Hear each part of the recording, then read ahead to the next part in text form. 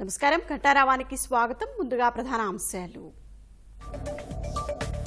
రాష్ట్ర వ్యాప్తంగా కోలాహలంగా ఉపాధ్యాయ తల్లిదండ్రుల సమావేశాలు ఏటా డిసెంబర్ 7న నిర్వహించనున్నట్లు ప్రభుత్వం వెల్లడి.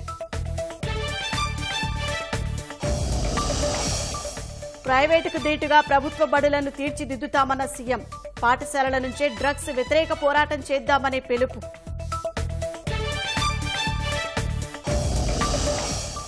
తల్లిదండ్రులు టీచర్ల మధ్య సమన్వయం పెరగాలన్న పవన్. పిల్లల సోషల్ మీడియా వాడకంపై పర్యవేక్షణ అవసరమని సూచన.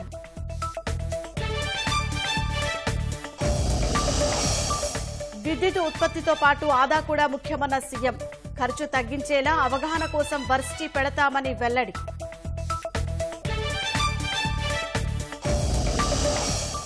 కాకినాడ పోర్టులో రేషన్ బియ్యం అక్రమాలపై అన్ని కోణాల్లో దర్యాప్తు.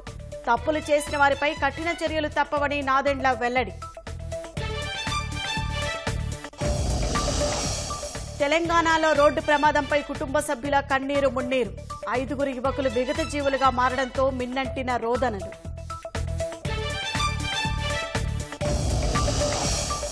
ఢిల్లీని గ్యాంగ్స్టర్లు నియంత్రిస్తున్నారని కేజ్రీవాల్ ఆరోపణ. వరుస హత్యలపై కేంద్రం దృష్టి సారించాలని హితవు.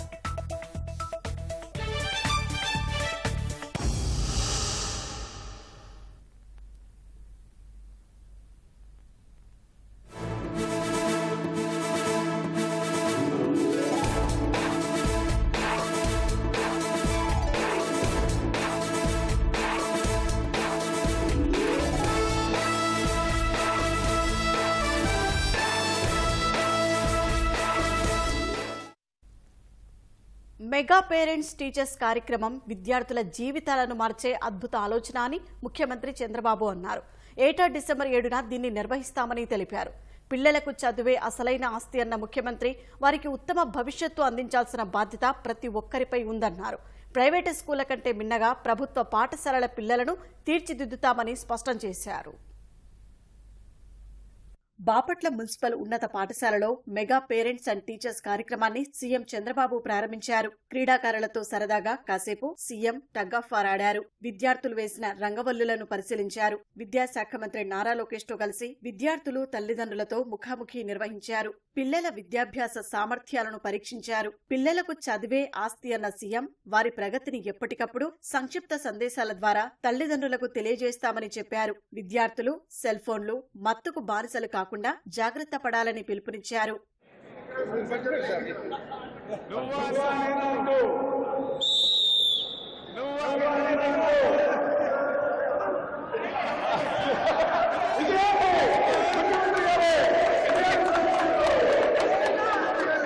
నేర్పిస్తున్న వాళ్ళకు కూడా పాప కూడా ఇప్పుడు అందరూ ఒకే పార్టీ, అభివృద్ధి పార్టీ, ఆంధ్ర రాష్ట్రం అంత అభివృద్ధి పార్టీ అయిపోవాలి. ఈ సెల్ ఫోన్లు గాని ల్యాప్టాప్లు గాని ఏవైతే ఎలక్ట్రానిక్ ఇవన్నీ ఉన్నాయో దాని పట్ల పిల్లలు కూడా జాగ్రత్తగా ఉండాలి. 24 గంటలు ఫోన్ చూడడం కూడా ఒక వ్యసనం. అలాంటి సమయంలో ఇంకా పిల్లలు చదువుకునే పరిస్థితి కూడా ఉండదు, చాలా ఇబ్బందులు వస్తాయి. కాబట్టి తల్లిదండ్రులు అన్ని జాగ్రత్తలు తీసుకోవాలి. ఇప్పుడు ఈ డ్రగ్స్ అనేది కూడా ఇది ఒక పెద్ద మత్తు. ఒకసారి ఆ వ్యసనంలో పడిపోయిన తర్వాత మళ్ళీ తిరిగి మామూలు మనిషి కావడం చాలా కష్టం. ఈ రోజు మన రాష్ట్రంలో దురదృష్టం మీరు చూస్తే గంజాయి వచ్చింది. గంజాయిని చూస్తే ఇండ్ల కాడ పండించే పరిస్థితి వస్తారు కొంతమంది దుర్మార్గులు. అదేదో కూరగాయల పంట మారిగా, అంటే ఒళ్ళు కూడా కొవ్వెక్కిపోయి ఇష్ట ప్రకారం చేసే పరిస్థితికి వచ్చారు. అందుకనే రాష్ట్రం మొత్తం పెద్ద ఎత్తున ఈగలనే పేరు పెట్టి పర్యవేక్షణ చేస్తున్నాం. ఎక్కడికక్కడ సమర్థవంతంగా కంట్రోల్ చేస్తాం. ఎవరైనా డ్రగ్ గంజాయి పండించినా, డ్రగ్ వ్యాపారం చేసినా, డిస్ట్రిబ్యూషన్ చేసినా, కన్జ్యూమ్ చేసినా మెర్సిలెస్ గా యాక్ట్ చేస్తాం. ఇక్కడ స్కూల్స్ నుంచే ఈ ఉద్యమం ప్రారంభం కావాల్సిన అవసరం ఉంది. మున్సిపల్ ఉన్నత పాఠశాల ఆవరణలో నిర్వహించిన తల్లిదండ్రులు ఉపాధ్యాయుల ఆత్మీయ సమావేశంలో పాల్గొన్న లోకేష్ సీఎం పేరెంట్స్ టీచర్ల సమావేశాలతో సంక్రాంతి కంటే ముందే పాఠశాలలో పండుగ వాతావరణం నెలకొందన్నారు. విద్యా వ్యవస్థలో రానున్న రోజుల్లో సమూల మార్పులు వస్తాయని తెలిపారు. విద్యార్థులను పిడుగులుగా తీర్చిదిద్దే బాధ్యతను తీసుకుంటామన్నారు. మెగా పేరెంట్ టీచర్ మీటింగ్ చూస్తే నాకు చిన్నప్పుడు నా స్కూల్ గుర్తొస్తుంది. అప్పుడు కూడా మాకు ఇట్లా పేరెంట్ టీచర్ మీటింగ్లు ఉండేది. మా అమ్మ వచ్చేది. అప్పటికే గౌరవ ముఖ్యమంత్రి గారు రాష్ట్రానికి టీచర్, అందుకే ఆయన ఎప్పుడు రాలేదు. బహుశా ఇది మొదటిసారి అనుకుంటా గౌరవ ముఖ్యమంత్రి గారు పేరెంట్ టీచర్ మీటింగ్ వస్తాం. Education as a tool for social change అని మహాత్మా గాంధీ గారు చెప్పారు. అది బలంగా నమ్మే వ్యక్తి చంద్రబాబు నాయుడు గారు. గతంలో చూసాం ప్రతి కార్యక్రమంలో పార్టీ రంగులుండేది, ప్రజాప్రతినిధులు రాజకీయ నాయకులు ఫోటోలు ఉండేది. ఈ రోజు మీరు చూస్తే మీకు ఇచ్చే రిపోర్ట్ కార్డులో ఎవ్వరి ఫోటోలు లేవు. పాఠశాలలో ఏమైనా సంక్షేమ కార్యక్రమాలు చేయాలంటే పెద్దల పేరు పెడతాం జరిగింది. డాక్టర్ సర్వేపల్లి రాధాకృష్ణ గారి పేరుతో స్టూడెంట్ కిట్లు ఇస్తున్నాం. ఇంకో పక్కన దొక్క సీతమ్మ గారి పేరుతో మధ్యాహ్న భోజనం కూడా మన ప్రభుత్వం ఈ రోజు అందిస్తుంది. ప్రైవేట్ స్కూళ్ల కంటే మిన్నగా ప్రభుత్వ పాఠశాలల పిల్లలను తీర్చిదిద్దుతామని సీఎం స్పష్టం చేశారు. ఏటా బడుల్లో సౌకర్యాలు మెరుగుపరుస్తామని తెలిపారు. మెగా పేరెంట్స్ టీచర్స్ కార్యక్రమంతో మంచి ఫలితాలు వస్తాయని చెప్పారు. 44,303 స్కూల్లో సుమారు 1,20,00,000 మంది అటెండ్ అవుతున్నారు. ఇది చరిత్రలో గిన్నీస్ రికార్డులో శాశ్వతంగా లిఖించదగ్గ రోజు. విద్యాశాఖలో పెను మార్పులు రాబోతున్నాయి. ఇక్కడ చదువుకునే పిల్లల్ని మనం చూస్తే డబ్బులుండే వాళ్ళు కాన్వెంట్ స్కూల్ పంపిస్తున్నారు. ఎవరైతే పేద పిల్లలు, బడుగు బలహీన వర్గాలకు సంబంధించిన పిల్లలు ప్రభుత్వ స్కూళ్లకు వచ్చే పరిస్థితికి వచ్చారు. ఈ రోజు రాష్ట్రంలో 44,303 ప్రభుత్వ పాఠశాలలున్నాయి. ఇందులో పిల్లలు 35 లక్షల మంది ఉంటే ఈ పిల్లల్ని ప్రైవేట్ స్కూల్స్ కంటే బెటర్ గా చదివించే బాధ్యత ఈ ప్రభుత్వం తీసుకుంటామని మీ అందరికీ హామీ ఇస్తున్నా. ఈ రోజు మనం పెట్టిన కార్యక్రమం మీరు చూస్తే ప్రతి సంవత్సరం డిసెంబర్ 7వ తారీఖునంటే ఇదే రోజున ఈ సమావేశం పెద్ద ఎత్తున జరుగుతుంది. విద్యార్థులకు ఒత్తిడి లేని చదువులు అందిస్తామని సీఎం అన్నారు. ఆడుతూ పాడుతూ పిల్లలు చదువుకునేలా పాఠశాలల వాతావరణం ఉండేలా ప్రణాళికలు రూపొందిస్తున్నట్లు చెప్పారు. పాఠశాలలో ప్రమాణాలు పెంచేందుకు ఏటా ఉపాధ్యాయుల పోస్టులు భర్తీ చేస్తామని సీఎం హామీ ఇచ్చారు. 11 డిఎస్సీలు పెట్టి 1,50,000 మందికి టీచర్ ఉద్యోగాలు ఇచ్చిన ప్రభుత్వం తెలుగుదేశం ప్రభుత్వం. ప్రతి సంవత్సరం పెట్టేవాళ్ళం. డిఎస్ అనేది కంపల్సరీగా పెట్టేవాళ్ళం. ఎంతమంది రిటైర్ అయితే ఆ పోస్టులన్నీ కూడా రిక్రూట్ చేసేవాళ్ళం. భవిష్యత్తులో కూడా హామీ ఇస్తున్నా. ఈ సంవత్సరం ఎడ్యుకేషన్ మినిస్టర్ గారు జూన్ కంతా మళ్ళా స్కూల్స్ ప్రారంభించే లోపల టీచర్ని మొత్తం రిక్రూట్ చేయడమే కాకుండా ట్రైనింగ్ ఇచ్చి మొదటి రోజున వాళ్ళు స్కూల్కి వచ్చే పరిస్థితి తీసుకురావాల్సిన అవసరం ఉంది. ప్రారంభించిన మొదటి రోజునే కొత్త టీచర్లందరూ కూడా పొజిషన్ చేసే బాధ్యత తీసుకోవాలి. ఆ తర్వాత నెక్స్ట్ ఇయర్ నుంచి ప్రతి సంవత్సరం డిఎస్సి ఉంటుంది. ఎవరైనా మధ్యలో రిటైర్ అయినా అలాంటివి కూడా ప్రైవేట్ టీచర్లు తీసుకొని ఏ క్లాసులో కూడా టీచర్ లేడనకుండా టీచర్ని పెట్టే బాధ్యత కూడా తీసుకోవాల్సిన అవసరం ఉంది.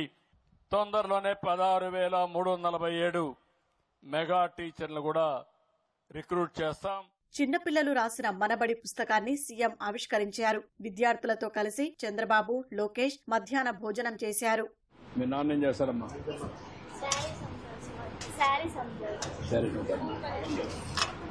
అందుకమ్మా బాగా చదువుకుంటే మీ జీవితం, మీ ఇంట్లో వాళ్ళ జీవితం కూడా మారుతాయి. దేశానికి దిశానిర్దేశం చేసే శక్తి ఒక్క ఉపాధ్యాయులకే ఉందని, అలాంటి గురువులను అత్యున్నత స్థానంలో కూర్చోబెట్టాలనేది తన ఉద్దేశమని ఉప ముఖ్యమంత్రి పవన్ కళ్యాణ్ అన్నారు. కాంట్రాక్టుల మీద పెట్టే పెట్టుబడి కంటే కూడా అధ్యాపకుల మీద పెట్టుబడి పెడితే సమాజంలో చాలా మంచి ఫలితాలు వస్తాయని విశ్వాసం వ్యక్తం చేశారు. కడప మున్సిపల్ హైస్కూల్లో నిర్వహించిన మెగా ఉపాధ్యాయులు తల్లిదండ్రుల సమావేశానికి పవన్ ముఖ్య అతిథిగా హాజరయ్యారు.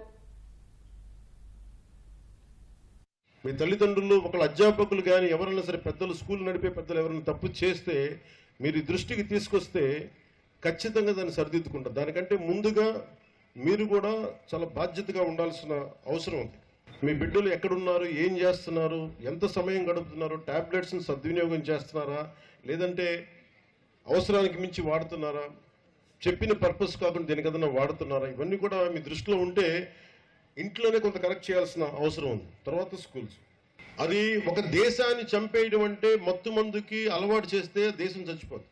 ఇది ఎవరైనా ప్రణాళికతో చేస్తున్నారా లేదంటే యాక్సిడెంట్లుగా జరుగుతుందో ఒకసారి దీని మీద దృష్టి పెడతాం. మీ బిడ్డలకు కూడా మీరు చెప్పాల్సిన తల్లిదండ్రులుగా చాలా బాధ్యతగా సోషల్ మీడియాను వాడాలి. ఈ మధ్యనే ఆస్ట్రేలియా గవర్నమెంట్ కూడా ఏం చేసిందంటే 16 ఏళ్ల వయసు ఉన్న వరకు అసలు సోషల్ మీడియా అకౌంట్స్ ఓపెన్ చేయకూడదని పెట్టారు. అలాంటివి కూడా ఆంధ్రప్రదేశ్ ప్రభుత్వం భారతదేశ ప్రభుత్వం ఆలోచించేలా మేము చర్యలు తీసుకుంటామని తెలియజేసుకుంటాం. Highest paid job should be for teachers. ఈ దేశం బాగుండాలి. ఎందుకంటే మీరు సరైన టీచర్ ఒక్కళ్ళు దొరికితే దేశం తాలూకు దిశానిర్దేశాన్ని మార్చేస్తారు. సో మీరు మీకు పనిచేసే టీచర్స్కి కానీ, వాచ్ సెక్యూరిటీ పీపుల్కి కానీ, శానిటేషన్ వర్కర్స్ కానీ మీరు ఒక్కొక్కసారి చిన్న థ్యాంక్స్ చెప్పండి. విద్యార్థులకు చెప్తున్నాను, వాళ్ళ బిడ్డలు బాగున్నారు లేదని అడగండి. చాలా గొప్పగా ఉంటుంది. ప్రభుత్వ ఆస్తుల్ని కానీ, పాఠశాలల్ని కానీ ఏదన్నా సరే ప్రైవేట్ వ్యక్తులు కబ్జా చేస్తే we will open up, they will be booked under goonda act. గుర్తుపెట్టుకోండి. అలాగే మీ అందరూ బాగుండాలని కోరుకుంటూ, భవిష్యత్తులో మీకు ఏ అవసరం ఉన్నా సరే, మా ప్రభుత్వం నిధులు తక్కువ ఉన్నా కానీ మనసు చాలా పెద్దది. దారులు ఎదుగుతాం, కష్టపడతాం, అభివృద్ధిని చేస్తామని మనస్ఫూర్తిగా తెలియజేసుకుంటూ రాష్ట్ర వ్యాప్తంగా మెగా పేరెంట్స్ టీచర్స్ మీటింగ్స్ సందడిగా సాగాయి. సమావేశాల్లో తల్లిదండ్రులు, పిల్లలు, ఉపాధ్యాయులు పెద్ద ఎత్తున పాల్గొన్నారు. ప్రజాప్రతినిధులు, అధికారులు హాజరై భవిష్యత్తు ప్రణాళికపై దిశానిర్దేశం చేశారు. సమస్యలను విని పరిష్కరిస్తామని హామీ ఇచ్చారు. విద్యను అందించేందుకు ప్రభుత్వం చేస్తున్న కృషిని వివరించారు. చక్కగా చదువుకొని ఉన్నత స్థాయికి వెళ్లాలని ఆకాంక్షించారు. ప్రకాశం జిల్లా సింగరాయకొండ జెడ్పీ బాలికోన్నత పాఠశాలలో నిర్వహించిన మెగా పేరెంట్స్ టీచర్స్ సమావేశంలో మంత్రి డీబీవీ స్వామి పాల్గొన్నారు. తల్లిదండ్రులు పిల్లలను చక్కగా చదివించాలన్న మంత్రి కావాల్సిన సదుపాయాలను ఏర్పాటు చేయడానికి ప్రభుత్వం సిద్ధంగా ఉందని చెప్పారు. బాపట్ల జిల్లా చందలూరులోని ఆత్మీయ సమావేశానికి హాజరైన మంత్రి గొట్టిపాటి రవికుమార్ ఈ సమావేశాలతో పాఠశాలల అభివృద్ధితో పాటు విద్యార్థుల సమస్యలు పరిష్కరించుకోవచ్చని అన్నారు. చిన్నగంజాం జిల్లా పరిషత్ పాఠశాల సమావేశంలో పర్చూరు ఎమ్మెల్యే ఏలూరి సాంబశివరావు పాల్గొన్నారు. గుంటూరు జిల్లాలో తల్లిదండ్రుల సమావేశాన్ని ఘనంగా నిర్వహించారు. విజయవాడ గాంధీ మున్సిపల్ హైస్కూల్లో నిర్వహించిన ఆత్మీయ సమావేశంలో పాల్గొన్న ఎమ్మెల్యే సుజనా చౌదరి పాఠశాల సర్వతోముఖాభివృద్ధికి కృషి చేస్తామని హామీ ఇచ్చారు. అవసరమైతే పాఠశాలను దత్తత తీసుకుని అభివృద్ధి చేస్తామని ఎమ్మెల్యే చెప్పారు. ఎన్టీఆర్ జిల్లా నందిగామ జెడ్పీ పాఠశాలలో సమావేశానికి ఎమ్మెల్యే, ప్రభుత్వ విప్ తంగిరాల సౌమ్య హాజరయ్యారు. నెల్లూరు జిల్లాలో మెగా పేరెంట్స్ టీచర్స్ మీట్కు తల్లిదండ్రులు పెద్ద ఎత్తున తరలివచ్చారు. మంత్రులు ఆనం రామనారాయణ రెడ్డి ఆత్మకూరులోని ప్రభుత్వ ఉన్నత పాఠశాలలో, నారాయణ నెల్లూరు స్టోన్ హౌస్ పేటలోని బీవీఎస్ పాఠశాలలో నిర్వహించిన సమావేశంలో పాల్గొన్నారు. ప్రభుత్వం అందిస్తోన్న సౌకర్యాలను సద్వినియోగం చేసుకుని విద్యార్థులు ఉన్నత స్థానానికి వెళ్లాలని ఆకాంక్షించారు.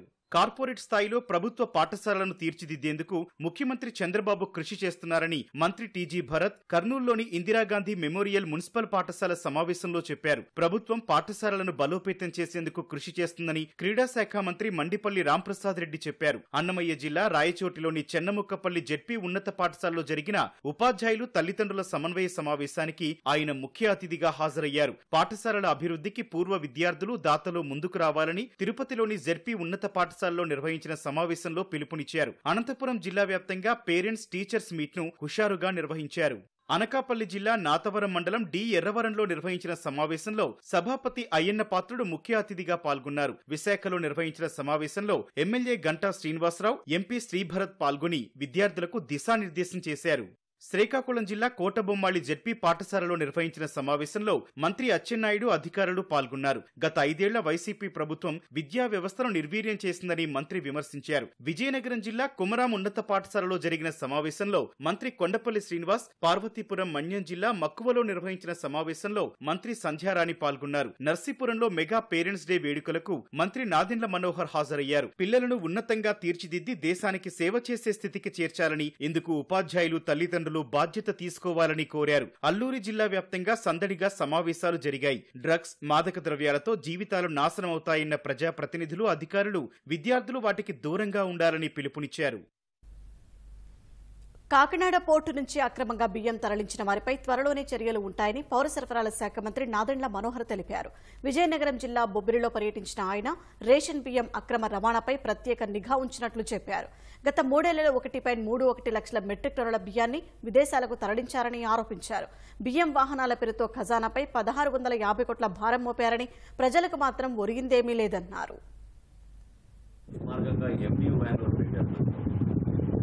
29,000 రేషన్ షాపులు ఉంటే మన రాష్ట్రం మీరు కావాలని 9,260 వ్యాన్లు కొని ఈ వ్యాన్ల ద్వారా ఈ బియ్యం సరఫరా చేసుకునేటట్టు ఒక వ్యవస్థను ఏర్పాటు చేసుకుని దుర్మార్గంగా ఎక్స్పోర్ట్ చేసుకుని పవన్ కళ్యాణ్ గారు కూడా మొన్న కాకినాడ పర్యటన పంపించినప్పుడు స్టెల్లా అనే షిప్లో చాలా భారీ ఎత్తున మాకు బియ్యం దొరికింది. దాన్ని టెస్టులకు పంపించాం. 2-3 రోజులు వస్తుంది. పంపించిన తర్వాత వారి పైన కూడా కేసు పెట్టి గతంలో పెట్టిన 14 కేసుల పైన ఆల్రెడీ ముఖ్యమంత్రి గారు సిట్ వేశారు. ఖచ్చితంగా రాబోయే రోజుల్లో ఎవరు దీన్ని వెనుకున్నారు, ఎందుకు ఇంత దుర్మార్గం వేల కోట్ల రూపాయలు సంపాదించారు, ప్రజల కోసం అందించాల్సిన ఈ సరుకుని 100% వేరే దేశాలకు వెళ్ళదు, చట్టవిరుద్ధం. పబ్లిక్ డిస్ట్రిబ్యూషన్ సిస్టమ్ ఇచ్చే బియ్యం కేంద్ర ప్రభుత్వం దీంట్లో పౌష్టికాహారం కోసం అదనంగా కొన్ని మినరల్స్ వైటమిన్స్ కూడా కలుపుతుంది. బియ్యం కేవలం మన పౌరుల కోసం, మన ప్రజల కోసం, అంతేగాని వేరే దేశాలకు ఎగుమతి చేసుకోమని ఎవరికి అధికారం. కాకినాడ సెజ్ అసలు బాధితులైన పేద బీసీ రైతులు మత్స్యకారులకు న్యాయం చేయాలని సీఎం చంద్రబాబుకు తెలుగుదేశం సీనియర్ నేత యనమల రామకృష్ణుడు లేఖ రాశారు. కాకినాడ సెజ్లో చిన్న రైతులు మత్స్యకారుల నుంచి భూములు కొనుగోలు చేసిన పెద్ద కంపెనీలు లాభపడ్డాయని తెలిపారు. కేవీ రావు తక్కువ ధరకు సెజ్లో భూమిని కొని జీఎంఆర్ సంస్థలకు 100 కోట్లకు అమ్మారని, తర్వాత జగన్ బినామీ అయిన అరబిందోకు దాదాపు 4,000 కోట్లకు అమ్మారని ఆరోపించారు. కాకినాడ పోర్టు ద్వారా లబ్ధి పొందిన వాటిలో దివీస్ కూడా ఒకటని యనమల వెల్లడించారు. భూమి కోల్పోవడంతో పాటు సముద్ర వాయు కాలుష్యం వల్ల పేదలైన బీసీ వర్గాలు ఈ వ్యవహారంలో తీవ్రంగా నష్టపోయారన్నారు. సెజ్ కోసం దాదాపు 10,000 ఎకరాలు కోల్పోయిన వీరి సమస్యలు నేటికి పరిష్కారం కాలేదన్నారు.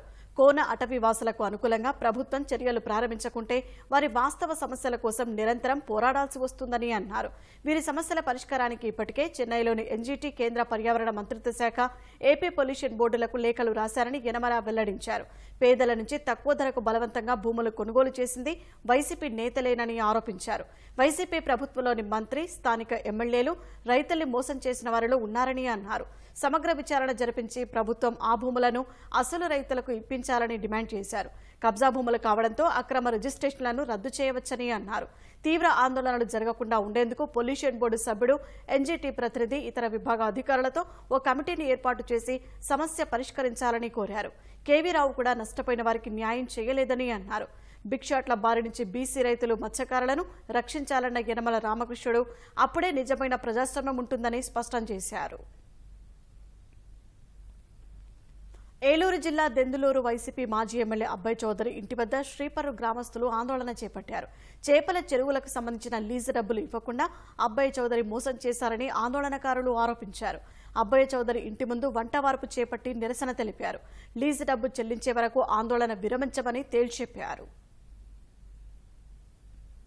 చింతమనే ప్రభాకర్ గారు కౌంటర్లంకలో మాకు 75 ఎకరాల భూమి మాకు కేటాయించి అది తవ్విచ్చి మా గ్రామానికి, మా శ్రీపర్ గ్రామానికి అప్పచెప్పి ఉన్నారు. 2019 ప్రభుత్వం మారగానే, వైఎస్ఆర్సీపీ ప్రభుత్వం రాగానే మా చేతికి అప్పచెప్తానని చెప్పి మా ఊరొచ్చి వాగ్దానం చేసి భూమి, కౌంటర్లంక భూమిని మొత్తం కోటారి అబ్బాయి చౌదరి గారు, అలాగే వాళ్ళ నాన్నగారైన కోటారి రామచంద్రయ్య గారు ఆక్రమించేసి 5 సంవత్సరాల పాటు మాకు ఒక్క రూపాయి కూడా లీజులు ఇవ్వకుండా స్వాధీనం చేసుకుని మాకు చాలా ఇబ్బందులు పెట్టారు మా గ్రామాన్ని. ఏంటని అడిగిన వారి మీద కేసులు బరాయించి వాళ్ళని చిత్రహింసలు పెట్టి జరగడం జరిగింది. మా ఊళ్ళో మండల కొండలరావు అన్న అతను మేము అదేంటని లీజులు అడగ్గా కేసులు పెట్టి మా మీద రౌడీ షీటర్లు కానీ అవన్నీ చాలా చేపించారు. మేము లీజుల కోసం అడుగుతామంటే, గ్రామం కోసం మేము ఏదో పాటుపడి అడుగుతామంటే ఇట్లా చేసాడండి ఆయన. మేము మా ఊళ్ళో కంప్లైంట్ కూడా ఇచ్చామండి, మా గ్రామం తరపున కానీ మా ఊళ్ళో కానీ స్టేషన్ కూడా ఇచ్చామండి. దానికి సమాధానం చెప్పగా మేము ఇలా వచ్చామండి. అది మేము మాకు అబ్బాయి చౌదరి గారు మేమంటాడు మా 5 ఏళ్ళు లీజు మాకు ఇప్పించమని అడుగుతున్నామండి. మా శ్రీపర్ ఒక్కటే కాదండి, గతంలో కౌంట్లంకో లీజులు కానీ అవి కానీ చాలా వరకు ఇవ్వాలని అంటున్నారండి. మాకు లీజు మాకు రావాలండి. అది 2.5 కోట్లు అయితే మాకు రావాలండి.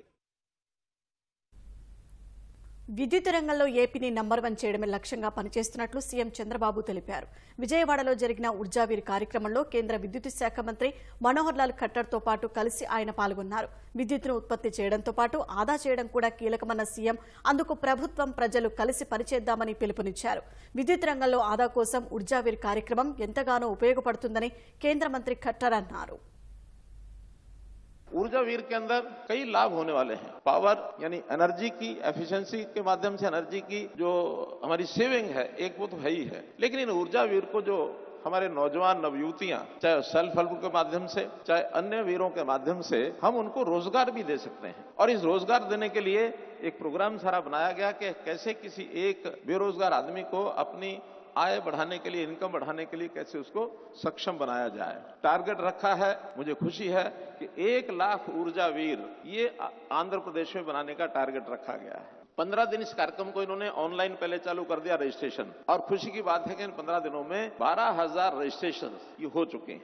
वेरी इनिशिएटिव जिसको कहना चाहिए कि आई प्रेज द इनिशिएटिव कि इस प्रकार के काम को उन्होंने किया है। ఒక యూనిట్ ఆదా చేస్తే 2 యూనిట్లు కరెంటు ఉత్పత్తి చేసినట్టు అవుతుంది. ఈ విషయం మీరందరూ గుర్తుపెట్టుకోవాల్సిన అవసరం ఉంది. మనకు కావాల్సింది కరెంటు కావాలి, మన అవసరాలు తీరాలి. అదే సమయంలో సమర్థవంతంగా కరెంటును ఉపయోగించుకోగలిగితే, కరెంటు ఆదా చేయగలిగితే ఈ రోజు ఈ వాతావరణాన్ని కూడా పొల్యూషన్ కంట్రోల్ ఇవన్నీ చేసే పరిస్థితికి వస్తాం. గడిచిన 5 సంవత్సరాల్లో పవర్ సెక్టర్ అంతా కూడా దెబ్బతినే పరిస్థితికి వచ్చింది. పీపీఏలు రద్దు చేశారు, కరెంటు వాడకుండా వాళ్ళకు డబ్బులు కట్టే పరిస్థితికి వచ్చారు. ఆ సమయంలో కరెంటు లేదు కాబట్టి 7 రూపాయలు 8 రూపాయలు పెట్టి ఓపెన్ మార్కెట్ లో కొనే పరిస్థితికి వచ్చారు. పవర్ స్టేషన్స్ అన్ని సకాలానికి పూర్తి చేయకుండా దానివల్ల కరెంట్ ఉత్పత్తి కాకుండా మళ్లీ ఎక్కడెక్కడో అప్పులు చేసే పరిస్థితికి వచ్చారు. అన్ని కూడా తప్పుడు నిర్ణయాలు చేసి అధిక ధరకు కరెంట్లు కొని ఈ రోజు డిపార్ట్మెంటే సంక్షోభంలో పడే పరిస్థితికి వచ్చింది. 9 సార్లు కరెంట్ ఛార్జీలు పెంచి 33,000 కోట్ల రూపాయలు అదనంగా కరెంటు భారం వేశారు. 1,29,503 కోట్ల రూపాయలు డిపార్ట్మెంట్ కి నష్టం వచ్చే పరిస్థితి వచ్చింది. నేను అందుకని ఇవన్నీ సమీక్ష చేస్తున్నా. పోయిన గవర్నమెంట్ చేసిన తప్పులు తప్ప మళ్లీ ఏమాత్రం కూడా ఈ డిపార్ట్మెంట్ లో కరెంటు ఛార్జీలు పెంచకుండా సమర్థత పెంచి మీకు న్యాయం చేసే బాధ్యత మేము తీసుకుంటామని మరొక్కసారి మీ అందరికీ హామీ ఇస్తున్నా. ఎనర్జీ మీద ఒక యూనివర్సిటీ పెడతాం.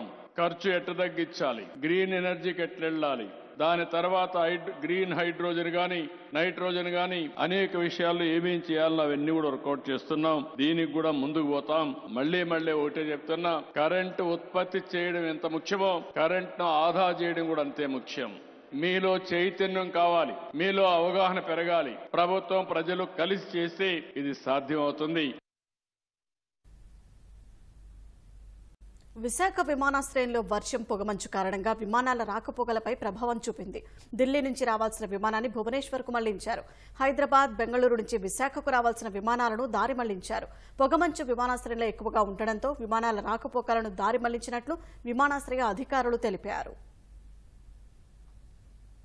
యాదాద్రి జిల్లా భూదాన్ పోచంపల్లి మండలం జలాల్పూర్ చెరువులోకి కారు దూసుకెళ్లిన ఘటనలో 5 యువకులు అక్కడికక్కడే చనిపోయారు. ఓ యువకుడు కారు అద్దాలు పగలగొట్టుకుని ప్రాణాలతో బయటపడ్డాడు. ఈ తెల్లవారుజామున జరిగిన ఈ దుర్ఘటనలో హైదరాబాద్ ఎల్బీ నగర్లోని సిరినగర్ కాలనీకి చెందిన హర్ష, దినేష్, వంశీ, బళ్ళు అలియాస్ అక్షయ్, వినయ్ చనిపోయినట్టు పోలీసులు గుర్తించారు. గత రాత్రి 12 గంటలకు ఇంటి నుంచి బయలుదేరిన యువకులు అబ్దుల్లాపూర్ మెట్ వద్ద రోడ్డు ప్రమాదం జరిగిన చోట కొంతసేపు ఆగినట్టు పోలీసులు తెలిపారు. తెల్లవారుజాము 3:30కు పోచంపల్లి వెళ్లిన వారు ఆకలిగా ఉండటంతో జాతీయ రహదారిపైకి వచ్చి టిఫిన్ చేశారు. తర్వాత కళ్లు తాగి వెళ్దామని పోచంపల్లి వెళ్తుండగా ప్రమాదం జరిగినట్టు చౌటుప్పల్ ఏసీపీ మధుసూదన్ రెడ్డి తెలిపారు. ఢిల్లీలో జరుగుతున్న వరుస హత్యలపై ఆమ్ ఆద్మీ పార్టీ కన్వీనర్ కేజ్రీవాల్ ఆందోళన వ్యక్తం చేశారు.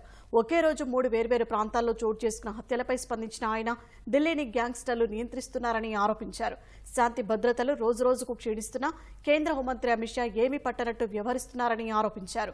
ఢిల్లీలో శాంతి భద్రతల బాధ్యత పూర్తిగా ఆయనదేనని అన్నారు. శాంతి భద్రతల అంశంపై రాజకీయాలు చేయకుండా ప్రజలపై దృష్టి సారించాలని కేజ్రీవాల్ హితవు పలికారు.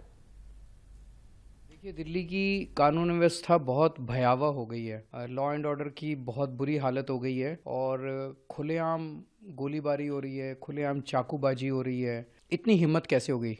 और ये कोई अकेली घटना नहीं है. पिछले 1-1.5 महीने के अंदर न जाने कितने गैंग वॉर दिल्ली के अंदर, शूट आउट्स दिल्ली के अंदर हो चुके हैं. दिल्ली के अंदर व्यापारियों को खुलेआम फिरौती की कॉल्स आ रही हैं. उनको कॉल आती है, इतने करोड़ रुपए यहाँ पहुँचा दो, नहीं तो तुम्हारे बच्चों को मार देंगे, तुम्हारे परिवार को मार डालेंगे. सबको पता है कि 11-12 गैंग हैं जो दिल्ली के अंदर ऑपरेट कर रहे हैं. एक को भी नहीं पकड़ पाए अभी. दिल्ली के अंदर कानून व्यवस्था बनाए रखने की जिम्मेदारी सीधे सीधे गृह मंत्री यानी कि अमित शाह जी की है. संविधान के तहत अमित शाह जी को कोई परवाह नहीं है. कहाँ है अमित शाह जी?